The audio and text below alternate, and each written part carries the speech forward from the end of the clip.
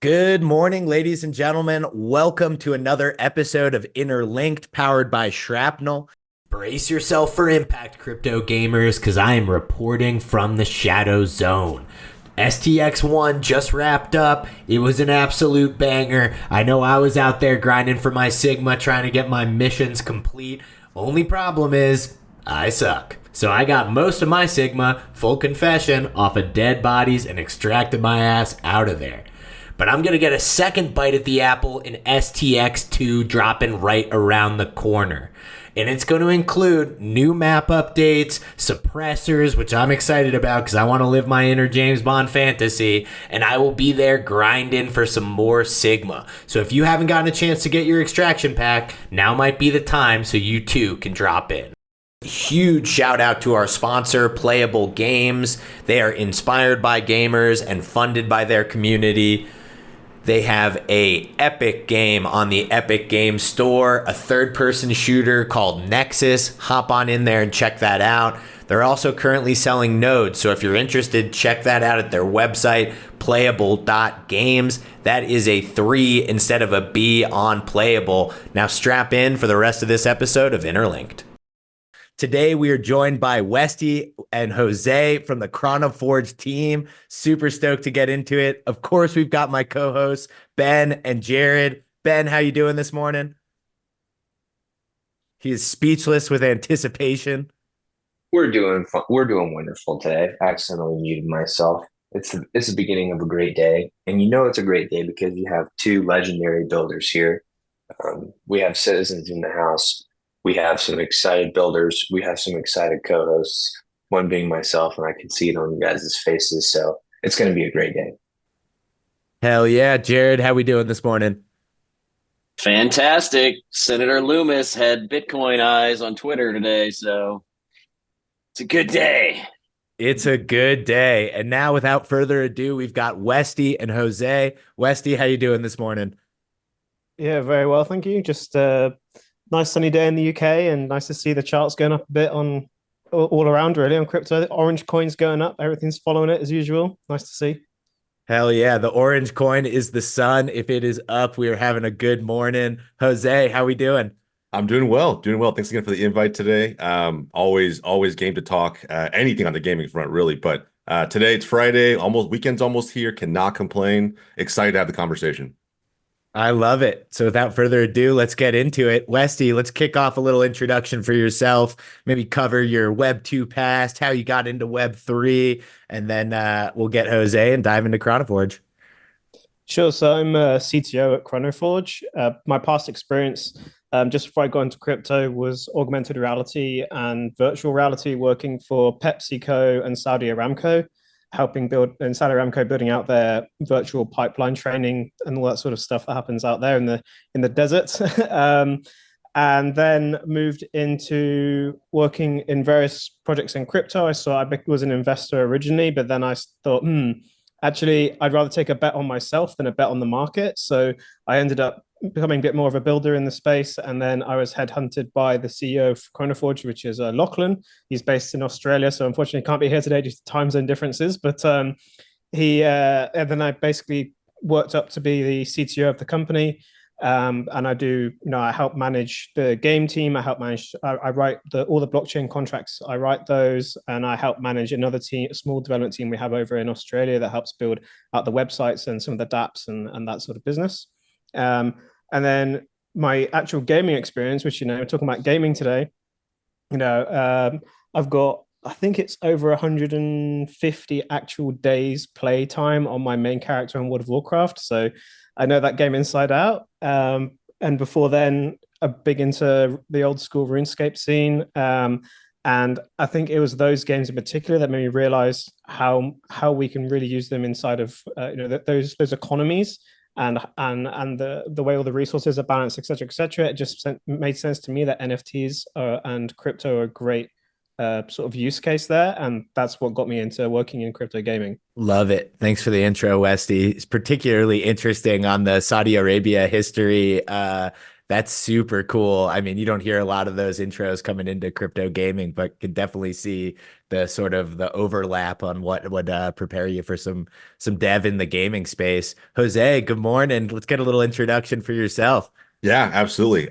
So yeah, first and foremost, Jose, marketing lead here at Chronoforge, probably the newest member of the team as well. I came on board roughly 5 to 6 weeks ago now, so still getting my feet wet. And I would say that's very much true of even broader kind of crypto and Web3 gaming. So I've only been in the space now for I would say about 18 months or so. So prior to this, I actually was connected to Lachlan through another project, kind of my first venture into the space. I was working with a small startup, Integral Reality Labs, kind of working with some pretty giant IPs in broader gaming, helping them to kind of break into the gaming space or into the crypto space in a number of ways, but taking a more traditional Web2 lens look at it. And so whether that was working with Ubisoft and Assassin's Creed and bringing some of that IP into I hate using the word, but into a quote unquote phygital realm, right? Where it's got both physical and digital utility. So whether it's working with them or the Star Trek IP, some pretty cool projects that I was doing there. And prior to that, I was just in traditional gaming, more focused on the competitive and the esports side, building out marketing strategies for competitive FPS titles. And that's really kind of the gamer that I am through and through. I think I dabbled in more than a few different genres, but the one I've always come to love and still play as much as I can, as much as my life and my family will kind of dictate day to day. But whether it's I don't know, Call of Duty or Rainbow Six Siege or Valorant now, I mean, FPS has always kind of been my thing, and I carry a lot of that competitiveness into everything that I do on a marketing or biz dev front. So with Chronoforge, I was very fortunate to meet Lachlan through a shared advisor, so someone that I consider a mentor in this space, introduced us and felt that this could be a really good connection. And I think the story of what Minted Loot is trying to build with Chronoforge, the innovativeness, I guess you could say, the innovation, if you will, was really what drew me into the project. We had a lot of good conversations before I came on board. So I'm excited to be here and excited to have the conversation today. Well, we're absolutely stoked to have you. Welcome to the space. Although 18 months might as well be 5 years in any other space. Things move so quick. So you're already a veteran, especially if we look back on what the last 18 months looked like. You've already taken your licks in Web3, as we all have over the last 18 months. And first off, let me say, you got a voice that is made for podcasting, my friend. So I'm not the first time I've heard that, Nick, but I appreciate that. I appreciate it. Yeah, so I'm waiting for the Chronoforge podcast. I will be tuning in. But let's get into it. So obviously the three of us are familiar with Chronoforge. Most of the people in Neotokia will be, between the AMAs and all the other stuff that you guys have done. But let's pretend we've got some people in the audience who don't know Chronoforge at all. Give us a nice overview. What is Chronoforge? Sure, I can take that question. So it's a free-to-play multiplayer action RPG that's developed by Minted Loot Studios. And the game can be played with or without crypto and NFTs. And it's a sort of fast-paced hack and slash combat through a variety of visually rich randomized dungeons. And there's also collaborative base building and a crafting economy. We started out in about January 2022 is when we had the initial sellout of our Genesis collection of adventure NFTs. And we got playable characters and loot that can be minted as carbon neutral NFTs on the IMX chain. We're actually one of the first people to be on IMX. Our project ID is like ridiculously small. Like when you create the project, you have project IDs, and ours is like really close to the start. And they're a big supporter of us. They're actually based over in Sydney, which that's where the CEO and another founder is also based over in Australia. And I went over there to meet them as well. So we've got a really good connection with the IMX team. And our tokenomics advisor is actually the tokenomics advisor of IMX. So that's a pretty good tie there as well. And the idea basically is we're just trying to create a genuinely fun, sustainable, and beautiful Web3 gaming experience. And we now have sort of a large community of people, over, I think we're about 300, close to 400,000 people on Twitter now. And our Discord is just packed full of people always talking and interested in what we're building. And yeah, it's very, very exciting for myself. Like I said, I've been a big gamer for a very long time, and to create a game that is similar to the games that I loved growing up, it's fantastic. So let's Yeah. actually let's double click on that for a second. One of the things you mentioned earlier was the auction house and thinking about how these different games work. That's actually very very similar to kind of what clicked for me when I was first getting on board into crypto. By the way, two-part question. So I want to double click on that. Like, what did you mean by that? What really clicked? How did that inform your perspective on crypto? And then also, what kind of character were you in WoW? Were you Alliance or were you Horde? It's very important questions here. For the Horde, man. For the Horde, always. None of these Alliance babies. None of these Alliance babies. And I was an Orc Rogue. I still am. Like I said, I've got 150 days played on my Orc Rogue, and I think it's interesting. There's a story that not many people actually know about crypto, which is actually to do with Vitalik. So Vitalik used to play World of Warcraft, and he got to the point where I think his account got banned or something like that, and he wasn't able to sell his items. And he thought, wouldn't it be great if he was already into Bitcoin. Obviously, he was big into Bitcoin. And he suddenly realized, wouldn't it be great if we could have something that's like more programmable? We're able to have these items and currencies that we can buy and sell for real money. Now, there's a race in World of Warcraft called the Ethereals, and their currency is Ethereum. So this is where the name comes from. And for me, it's similar for me, right? So I've got 150 days played in that game, and I can sell my account, but technically that's against the terms of service. And also, all of my items, everything I've ever got, I can't sell them for real money, and I can't gain something back from my experience in terms of that money that I've put in. Obviously, the time I put in, sorry. Obviously, I've had a fantastic time. I wouldn't have played that many days, actual days played, if I didn't enjoy it. But I think these crafting economies, especially when I look back at RuneScape as well, I think RuneScape is actually a better example of a good crafting economy. But in terms of creating like these experiences of a dungeon and getting loot and all that sort of business, I think World of Warcraft's better at that. But in both cases, we've tried to tie those things together. So we have both a crafting economy and we have the whole dungeon experience. And it's more of it's an ARPG. It's more of a Diablo / Path of Exile, Torchlight, for those people who know those games. It's more of that sort of experience, but we're adding in the crafting economies and that sort of thing. And it just made sense to me that these digital worlds, they're real, right? Like for the people who play them, they're real, and we should be able to trade that value in any way we want to. And so for me, cryptocurrency and NFTs were just like, okay, this is how it's got to be done. Like this is perfect, and it's so secure and decentralized nature of it as well. So it just for me it just clicked immediately. I've heard of that lore with Vitalik too, and I think part of it was he was a warlock and he loved the way that the class was shaped, and he felt like he got rugged because they changed up how the warlock worked. Yes, so that was it. Sorry, it was a rebalance. Yeah, you're correct. Yes, I remember now. Yeah, and that was why. Well, no, everything else you said was absolutely correct. I just wanted to add on to it, and I think part of where the smart contracts came from were that he wanted to make sure that nobody could rug you if you had agreed to something when up front. Then obviously it was changed on the back end. Just kind of wanted to add. For me, it's sort of like a beautiful connection, right? Ethereum was made because of this. Well, not obviously exactly because of that, but because of this reason in gaming. And now we're using Ethereum and blockchains for gaming. It's just like, it's just a nice. I always like telling that story because for me, it just shows how the synergy is really close. And it's inspiring to think that somebody young, a gamer, went out and actually changed the world because of a pain point that they felt.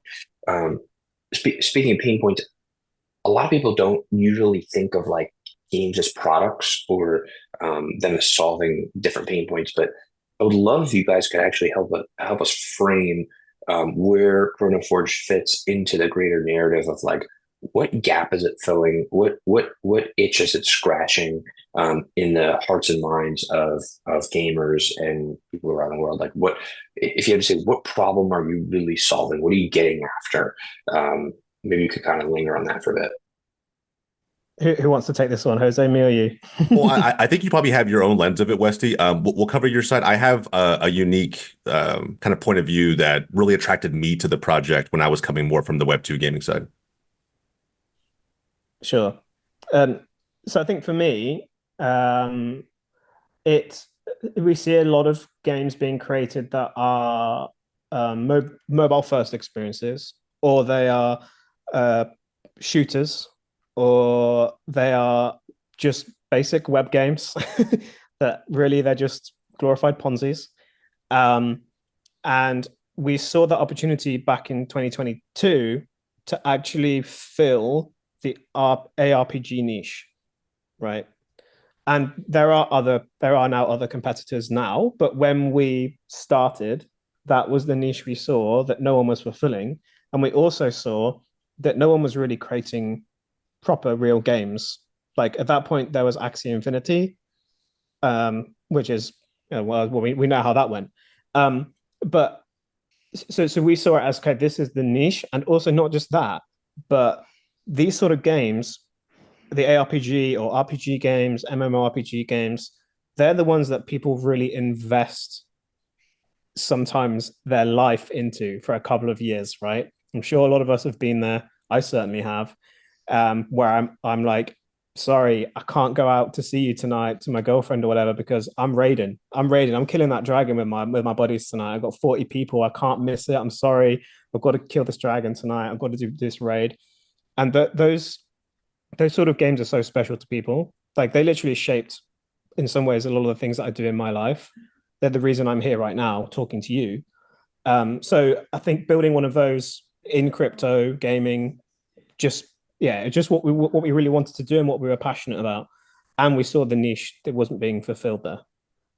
Yeah, and just to piggyback on what Wesley's saying, I mean, seeing the same thing even prior to when I kind of made the jump from Web 2 to Web 3 gaming. Web 2 suffering that in a massive way now, right? Games are getting stale. Everything feels like it's a reskin, it's a retread. We're simply just kind of, putting and I'm talking more from my perspective with, FPS titles and whatnot, right? What version of Call of Duty are we on? And it feels like it's been the same game for the last 10 years. I think the ambition to innovate and even take risk, right? To an extent, risk on behalf of the players who were used to having these moments like Westy alluded to with, the experiences that we had. And it felt like, I think I've been even called a nostalgia merchant at times, right? It felt like we were just kind of reminiscing on times that were very, very good as we were coming up and playing these games. And the luster started to kind of fade away as studios got bigger, as some of these AAAs were so big, they didn't really feel the need to innovate anymore. They didn't feel the need to take some of that risk on behalf of their growing player base. And I think smaller studios like Minted Loot have that ability, right? And in a really weird way, sometimes being a smaller studio gives you that advantage in the market to take some of these risks that players really want to see a studio take because the big guys can't do it. So I think it's something that is, from my perspective, the staleness that I've kind of referred to is kind of plaguing a lot of the space at the moment, which made this project very attractive to me, and I got a feeling it's going to be very attractive to a lot of others out there. And I'd love to next dive into the universe that y'all are creating because I'm just being reminded just how immersive and magical being fully immersed in a universe is. I just inspired from the Fallout show. I was like, you know what? They just did a new update on the graphics for Fallout 4. I'm going to dive in. And I got tempted into playing the new survival mode. So no fast travel. You're like bound by food. You can only save in beds. And so it forces you, you get so, at least I do, so fast travel happy that you end up skipping out a lot of the universe in these new modern games where fast travel is very easily done. And so you guys have built this really beautiful universe. So I'd love for you guys to paint a little bit of a picture for the audience. When they boot into Chronoforge, what should they expect? What's the universe like? Paint us a bit of a picture here. Sure. So we focus. So we have both a sort of overworld component and a more instance dungeon component, similar to World of Warcraft. You can see where we get some inspiration from. And the overworld is like this giant space where you can interact with all your friends and you go around and you can gather materials, mine, chop wood, fish. Everyone loves to fish in these games. They always ask, we need to fish, we need to fish. It seems like fishing is such a big thing for people in these games. So fishing, you got mining, you got gathering, and these are all actual pieces of land that people own, right? So the prospecting deeds is an NFT that is already out there. It's our most limited collection. There's only 500 of them. They were actually given based on a loyalty token that people were earning over time. So that mint was basically, if you were a loyal member of the community, you basically got this land, and there's only 500 of them.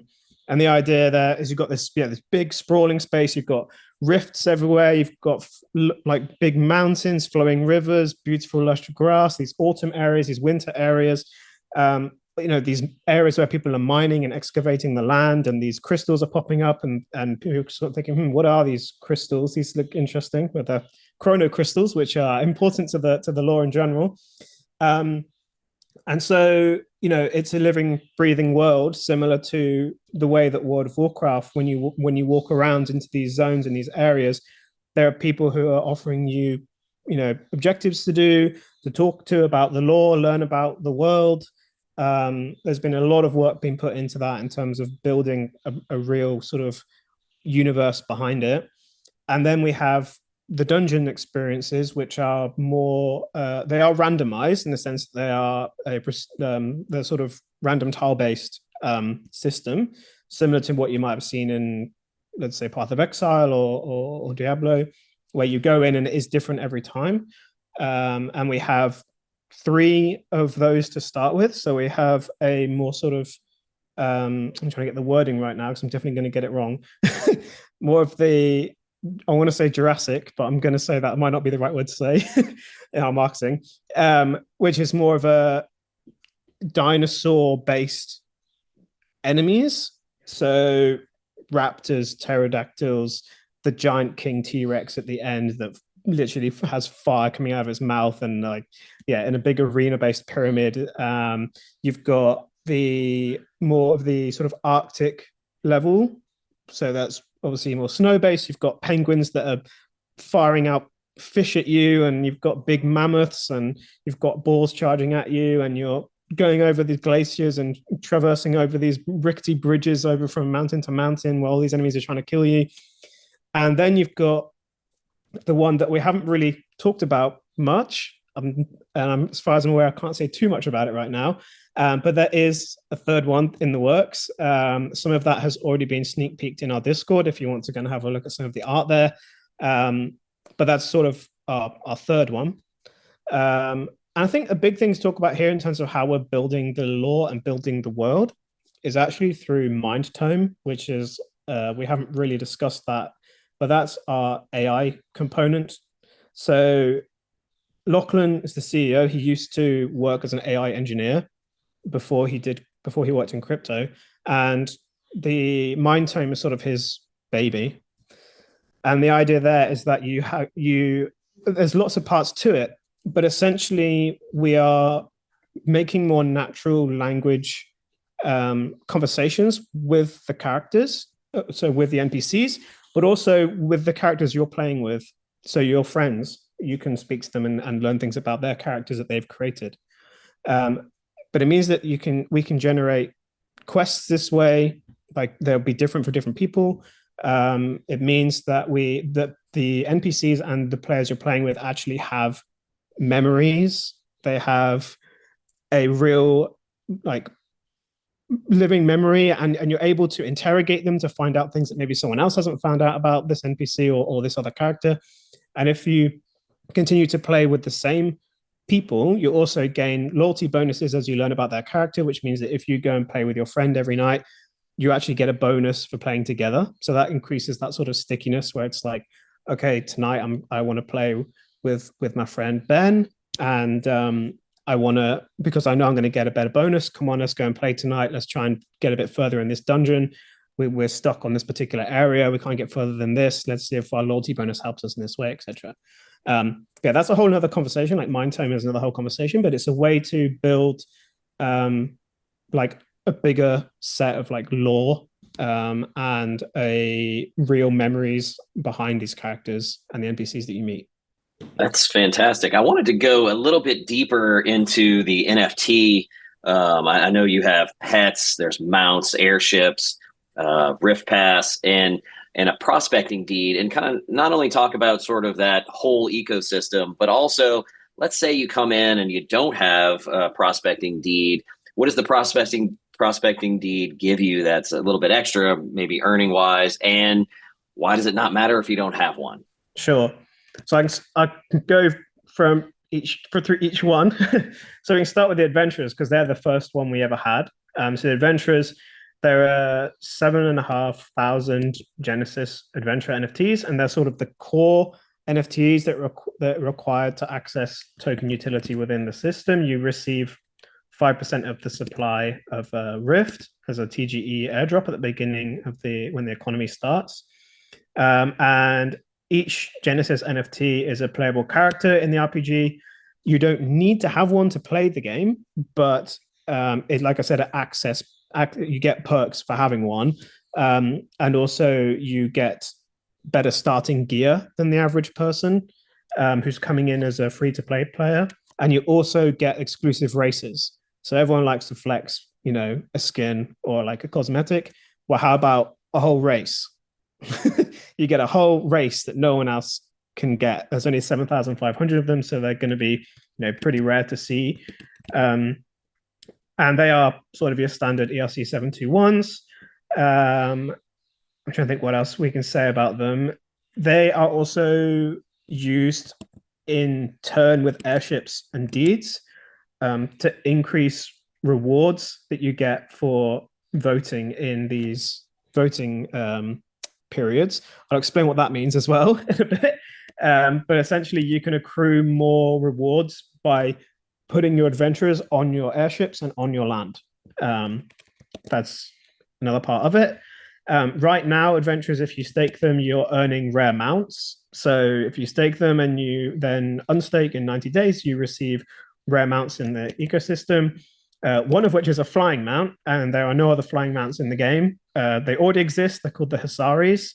There will never be any more. So that's a pretty rare one to get. And they were the first people who ever staked and unstaked got the flying mounts. So they're sort of the rarest ones. Not necessarily the rarest, but probably one of the most useful. I'm probably going to forget something because there's so many things in our ecosystem. But I'll move on to airships. So airships was minted late 2023, and they are essentially help you in your in-game utilities when you're raiding.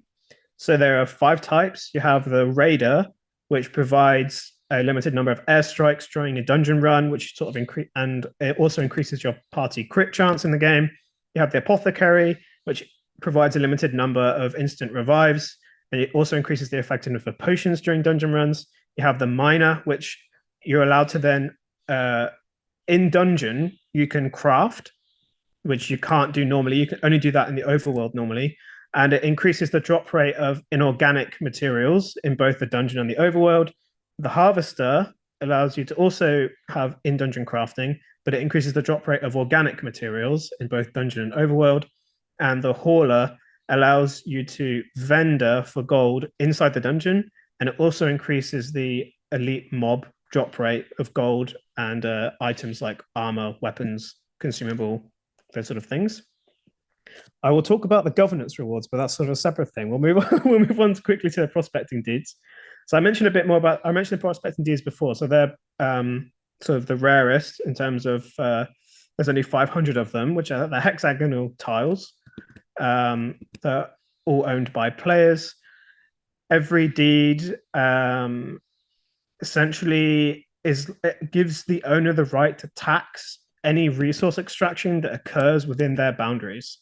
So let's say I have mining nodes in my boundary. If players are in the world and they're mining that node, I always get a portion of those resources. And then the other one is the political influence, which I'll explain with in the airships in a minute. And for owning a piece of land, you also get the Baron title. So you are a land baron, so you have a nice little baron on your name. Like I said, I'll explain the other bits of that, but you can also stake adventurers to the land. Then you've got the pets. So the pets were originally an idea for us to start collaborating with some of these original OG projects like back in the day. We now have some with projects such as yourselves at Neo Tokyo. You guys have a pet. So we also use it. We also rewarding, people who come into our ecosystem, people who come to collaborate with us with their projects. We've got loads there. We've got some OGs in the space like Kaiju Kings. We've got, what else have we got? Nanopass. Some of the ones where these projects didn't actually come to any fruition. And now our pet NFTs are worth more than their original NFTs, which is kind of funny. But we wanted to always give back to these people who feel like maybe they got rugged by a project, or maybe they feel like, they want something from that project that they were in. Well, they've actually got a pet in our ecosystem, and these pets have different buffs applied to them. So they walk around with you in the level, in the dungeon or the overworld, and they provide you different buffs. All right, I think that's it. That's it for those ones. Now, what I was saying about we've got mounts as well. Sorry, so mounts are pretty obvious. You have mounts. Is a flying one called the Hisari, and there's a couple that are more ground mounts. And those have all come from staking rewards for staking your adventurer, and unstaking to receive those. Now, one thing that I haven't spoken about, but I've mentioned a few times, is this governance. So there's like a pivotal sort of core gameplay loop of Chronoforge that I haven't really seen in many other games, which is players have decisions that are made by trading companies that will essentially make or break the game world and impact all players. Now, the more deeds and airships you own, the more voting power you have. And essentially, to incentivize this vote, an amount of Rift is distributed to all the players that hold the assets and vote regularly at what we call the trading companies. And at launch, 15% of the supply of the Rift token is distributed monthly over 3 years to the holders of the support airship NFTs and the prospecting deed ones. I think that might be slightly different. Boomington might need to edit that out. No, he's not right. We're good. It's 15%, yeah, for both prospecting deeds and the support airships. Yeah, there's a lot. There's a hell of a lot of stuff going on here. But yeah, we should probably talk a bit more about that loop, but I'm going to stop talking for a minute. And one thing I'll add to what Westy's saying, by the way, especially that last part, right? I will firmly back what he said in terms of not seeing this self-governance model in a lot of other games. I think it was really interesting to me. It creates this dilemma, right? Because in most titles, I think the developers control all of the narrative, right? So the players always feel like you're kind of pigeonholed to only having certain amount of sway, where in this world, you have all of it, right? And it can either work in your favor or work against everybody all at the same time. So I think that's a really interesting narrative that I think new players who are discovering Chronoforge for the first time will want to dive into, and they'll get a chance to dive into it very soon. A play test coming up on the 23rd. We're very excited about that. It'll be a public play test. There'll be quests for users to kind of get involved with and discover aspects of the game. It won't be the full title, right? There'll be a ton to do after we fully launch, but they'll be able to get a small taste of it pretty soon. Now a word from our sponsors. Introducing Creo Engine, a next-level Web3 gaming ecosystem that connects gamers and developers in a Web3 gaming hub. Hop on their Creo Play platform to check out current and upcoming titles like Evermore Nights, Slime Haven, Creonia Metaverse, and Arcade Fest. The team has earned the endorsement of the chairman of Indonesia's People Consultative Assembly and earned a 10 out of 10 from Hackin on their cross-chain bridge audit. Check all this out and more on CreoEngine.com. And now back to your regularly scheduled program.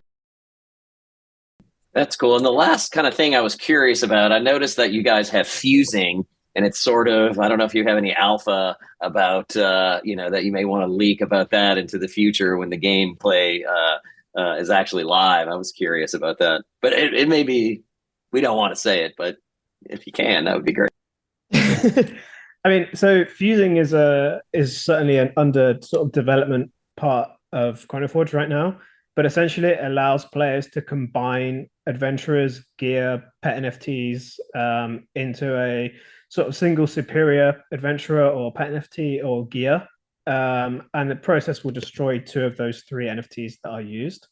Um, so there are like limits to it. So fusing will require spending of Rift token. So you will have to spend some Rift in order to fuse.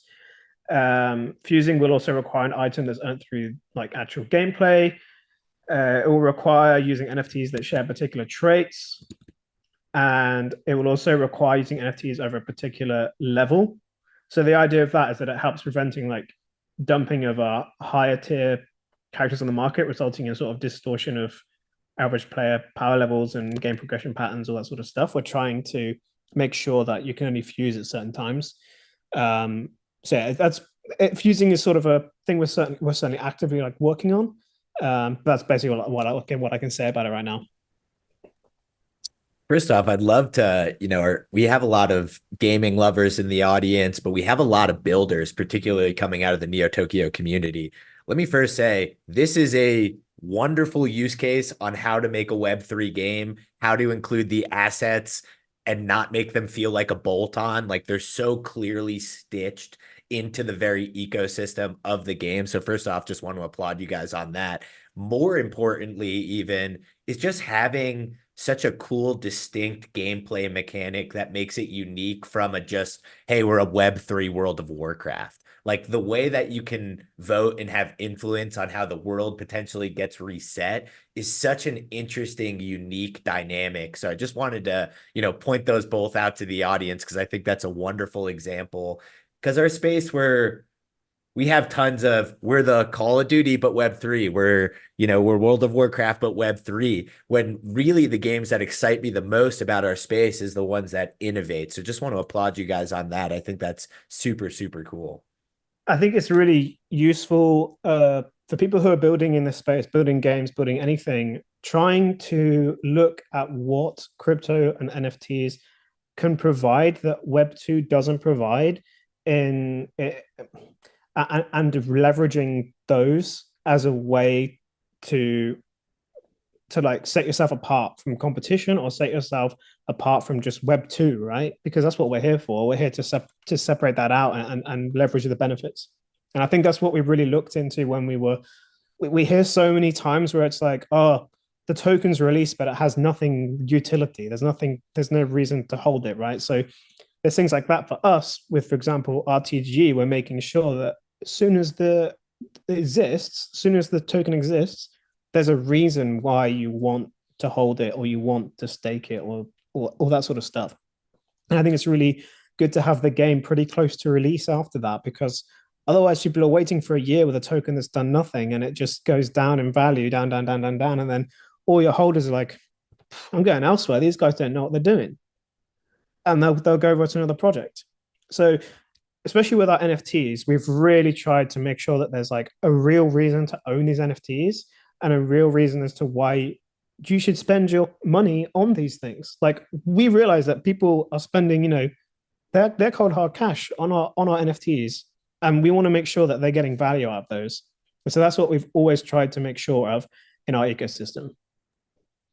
And one thing I'll add to that as well, I think what's really cool about our ecosystem too is not even just the fact that you're coming into Chronoforge and only benefiting from what's in our ecosystem, right? Our most loyal holders are also going to get access. There's a very real pathway to other ecosystems, right? So, we have talked about it much, at least on this show today, but, being able to, hold Rift and use it to earn Chrono points in a number of different ways, which Chrono points are our loyalty incentive, here in our ecosystem. And that is, again, a pathway once we were able to kind of get that app launched and get people to kind of understand how chrono points work and how they're accumulated, but being able to redeem those for other premium partner tokens that give you access to other ecosystems. And, whether you're a tried and true gamer or someone who's just looking to kind of, diversify their portfolio a little bit, I think there's some real attraction to that aspect of what we're building here in Chronoforge as well.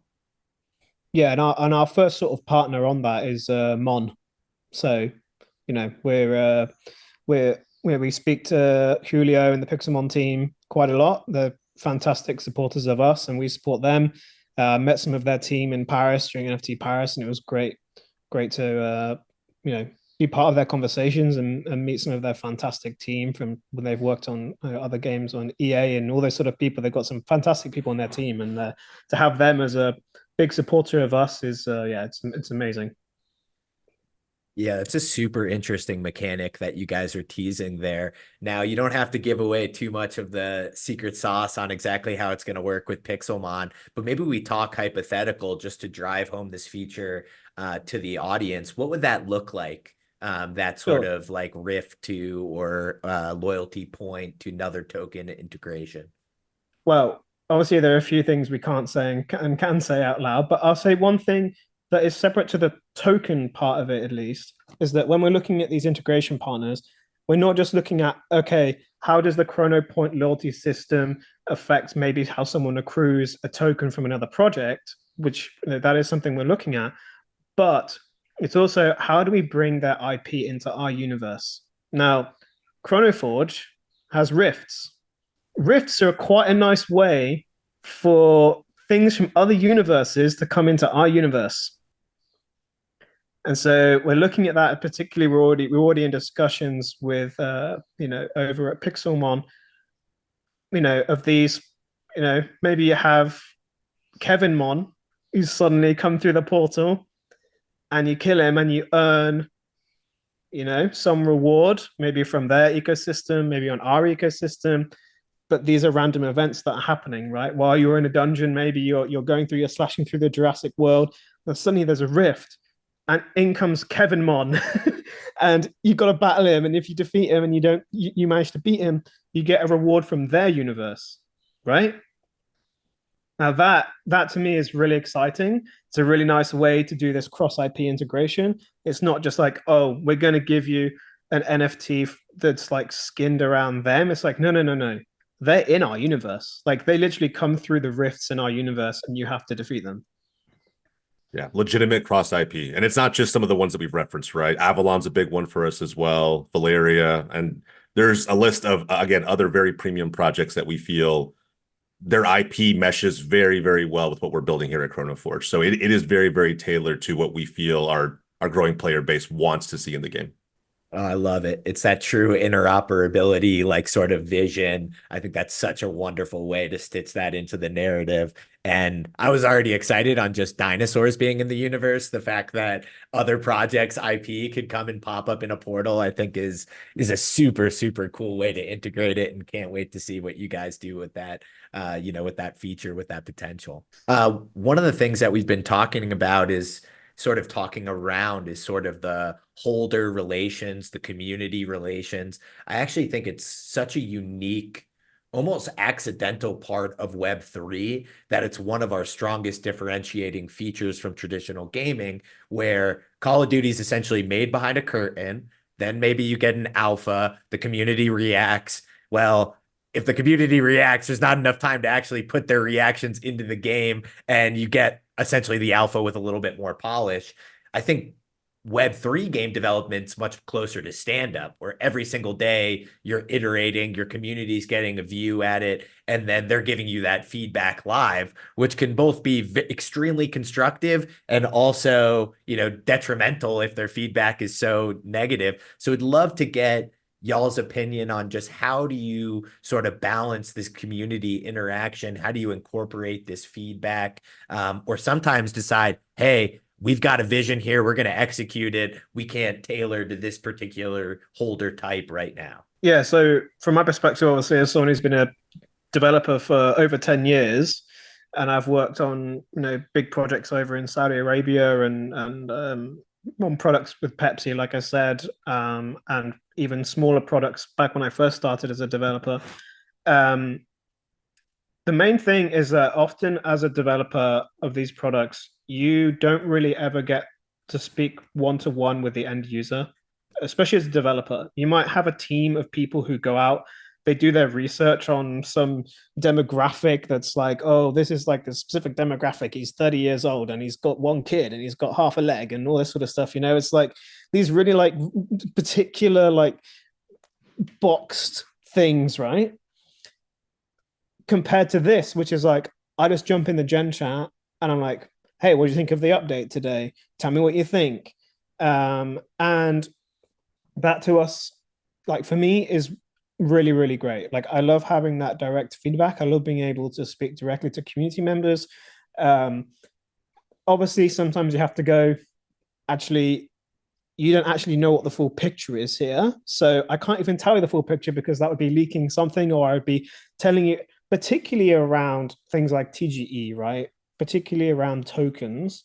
There are some things that we get asked every day that I can't even answer them. Like you just can't legally. So there's those things. But building out the product and getting that iterative feedback, even on things like a website, right? So we actually launched today a complete revamp of our DApp. Definitely worth checking out. If any of you hold any of the assets, you should definitely be looking at it because you understand how ChronoPoints works and all this sort of stuff. But immediately, we get immediate feedback. There was one small bug to do with adventures and how they were displaying. I didn't pick it up in QA, no one else did, but we have this larger amount of people who are looking at it now. But to get that immediate feedback, it's not like, oh, you've got to create a ticket and the ticket goes to this person and this person then passes it to this person, this person passes it to this person, and suddenly it's on my desk. It's no. I'm literally picking up a direct conversation, or even DM me, right? And that's such a big difference. Obviously, it can get overwhelming when it gets to the point where, like, we had the Rift Pass mint and we had over 90,000 people mint that, right? So that was a lot in the Gen chat. There was a lot of talk going on, and especially on a release day when I'm facilitating the actual release of it and pressing the button and checking, okay, is the server down here? Is this happening here? Then obviously you have to call in other people to do that. And we do have great mods and community managers, etc., who help with that side of things. But it's having that direct link is fantastic. And you also start to really get to know the people who care a lot. And it's always worth listening to those people. Sometimes they might be wrong. Sometimes they might there'll be a differing of opinion. Sometimes they won't know the full, story, which is not their fault. It's just part of how development works. But always listening to those people who are like the real staunch supporters. And I think that's where companies like Blizzard fall down. So when I look at the trajectory of World of Warcraft, we peaked in, I want to say 2012, around the time of Wrath of the Lich King and Cataclysm. It's been a downhill trend since then. And that's because it went from developers leading the game to business people leading the game. And sure, it might make more money now, but personally, I'm all about building real experiences that people enjoy. I understand that businesses become businesses and you have to keep that balance. But I think here we're really looking to create a real experience in Web3 where it's like, a real gamer in Web2 is like, oh, this is fun. Like, we should be playing this. And that's also where we get a lot of good feedback, where people who are gamers are coming in, they're playing the playtests, they're racking up the hours, they're speed running it already. It's like they're already speed runs in Chronoforge. It's like, this is ridiculous. We're only on playtest 3 coming up in 6 days. It's like we already have people like speed running the dungeons and be like, oh, I picked this class because this class is faster. This, da, da, da. But it's just much more fun, much more engaging. I just like being part of that community. I think for some people they wouldn't. I get a lot of discussion about myself as a CTO where I've been on these podcasts or I'd be on a space and people are like, oh, you sure you should bring your CTO along? Because like not everyone who is a developer is able to communicate in this way. That's just part of what developers, and that's not a problem though. But I think for someone like myself, it's worked really well because I really like having these conversations. I really like talking about development, talking about the game, talking about what we're building.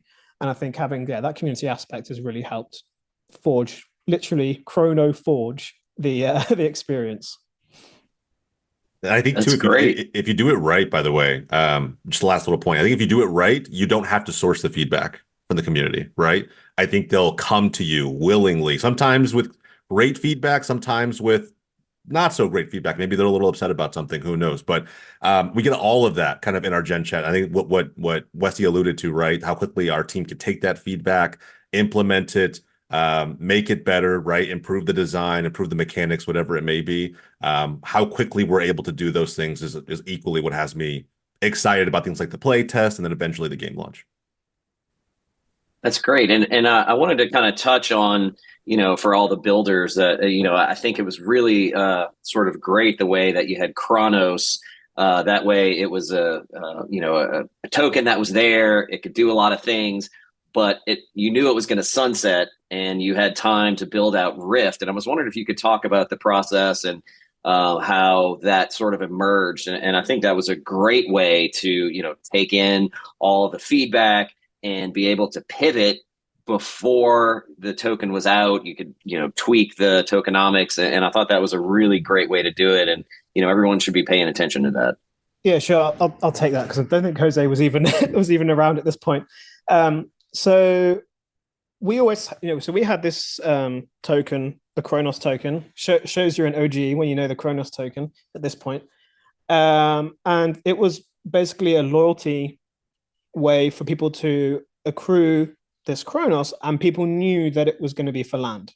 So whereas other projects were like, oh, we're going to do a land mint and we're going to price them at 1 ETH, we were like, no. We're going to give Chronos out daily at a rate to our holders. And when the land is ready, we'll do the mint based on how much Chronos is accumulated in the system.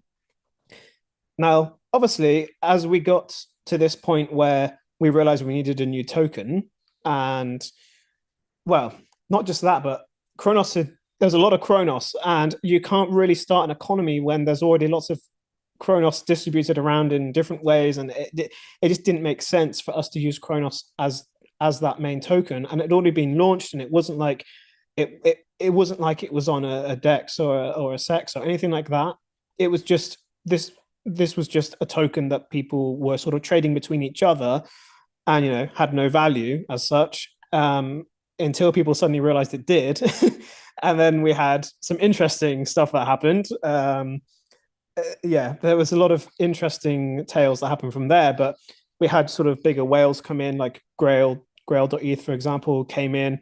He just like swept everything, and everything sort of skyrocketed in price. And that's when things started to change in terms of how the general crypto community were viewing our project, was when these sort of larger whales came in and realized what we were building, and they started sweeping stuff. And then the Chronos price actually suddenly had a value, and we were like, it has no value, right? It has no value, sort of thing. We can't say it has value, but we sort of, things were happening. And we were like, no, no value. But then we realized, okay, yeah, well, this Chronos is going to be spent on land, and we're going to have to price the land essentially in a way. This was actually quite a long process. We had to work out exactly how much Chronos existed, but not just that. That's kind of easy. That's just a supply metric on the contract. But we then had to work out, okay, so how much is in dead wallets? How much is in, and how many people are going to be able to, we need to price the land, only 500 lands, and we had to come up with like the sort of price we thought was maybe correct, but then the community was like, oh, it's definitely going to be 12K or something, and then it ended up being something, I can't remember, something like 23K, which is obviously like way more than people expected.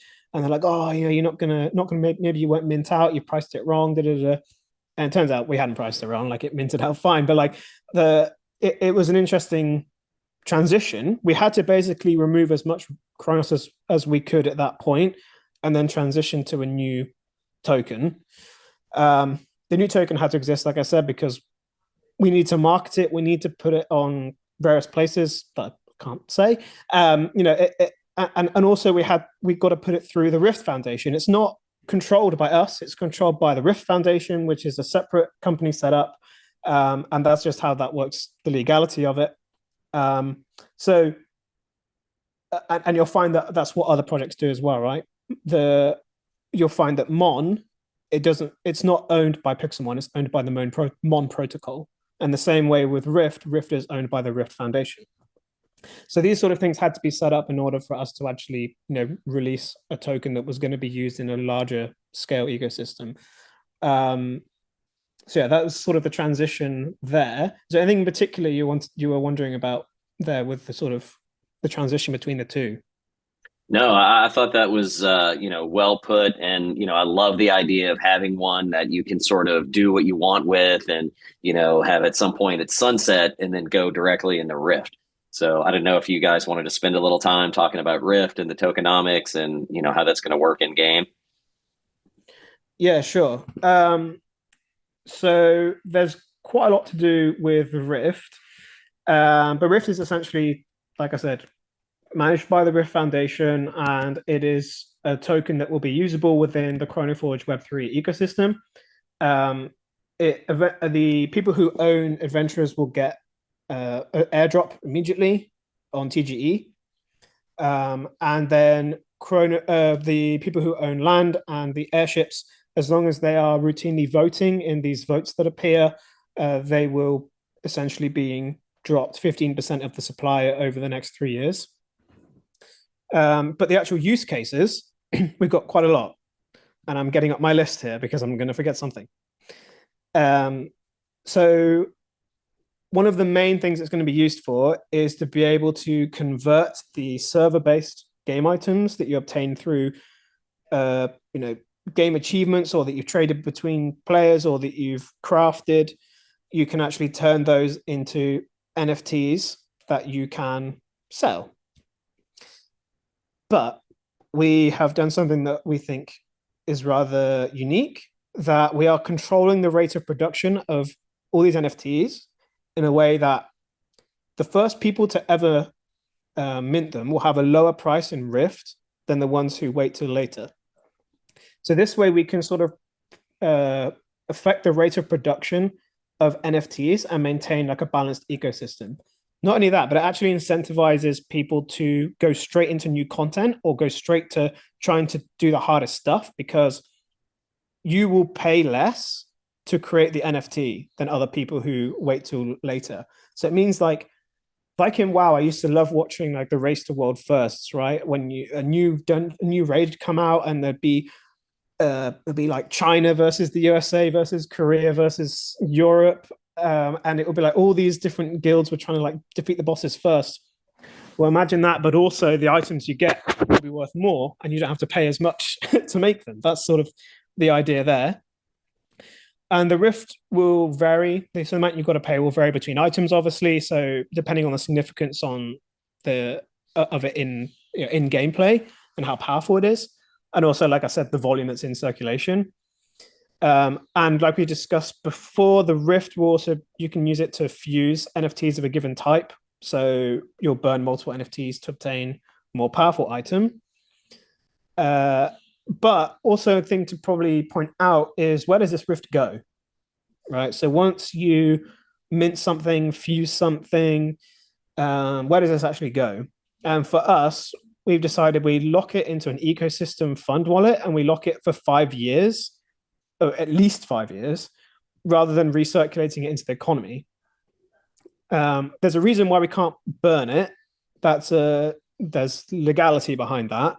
So what we're doing is we're saying, okay, we're locking it into an ecosystem fund for at least 5 years, and it won't go back into the economy. So that way, the supply of Rift is going down.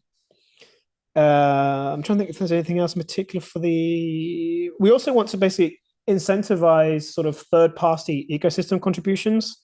So I think Web3 is a lot of Web3 is about community. It's about cross IP. It's about building something together.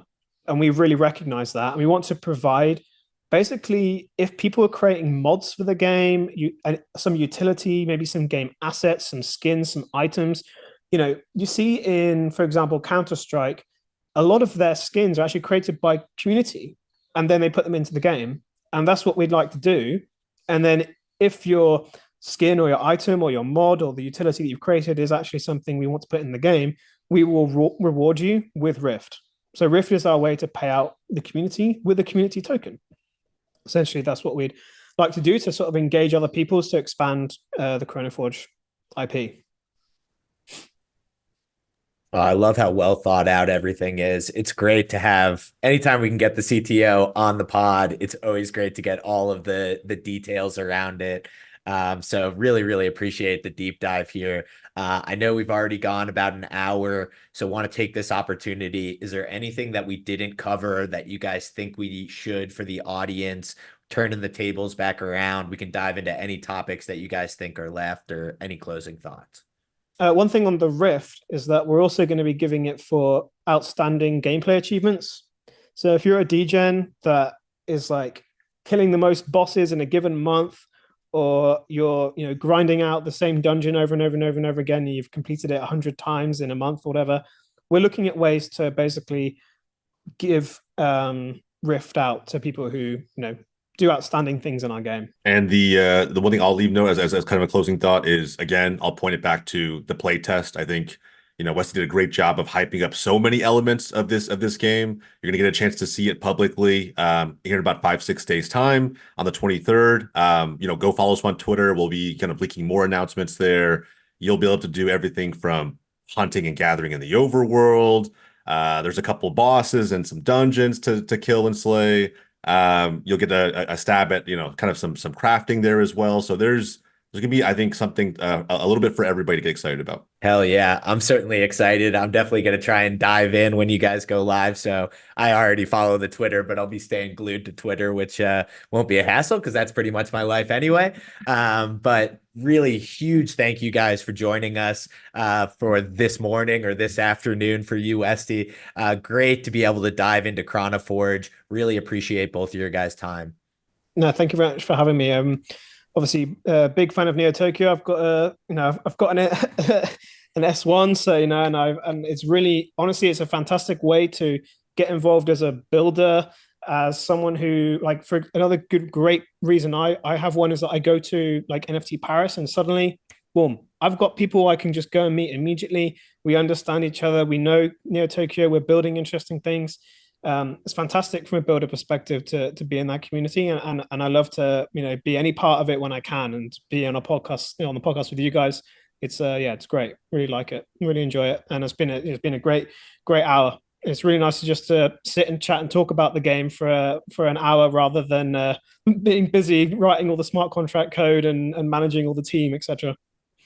Yeah, we appreciate you guys spending this hour with us. It was great to dive in. Awesome to have you as part of the Neo Tokyo community. As always, big shout out, big thank you to Ben and Jared. It was great always co-hosting with you guys. And we will be back with a future episode of Interlinked next week. Thanks, everybody. Great to have y'all. Thanks, guys. Appreciate your time.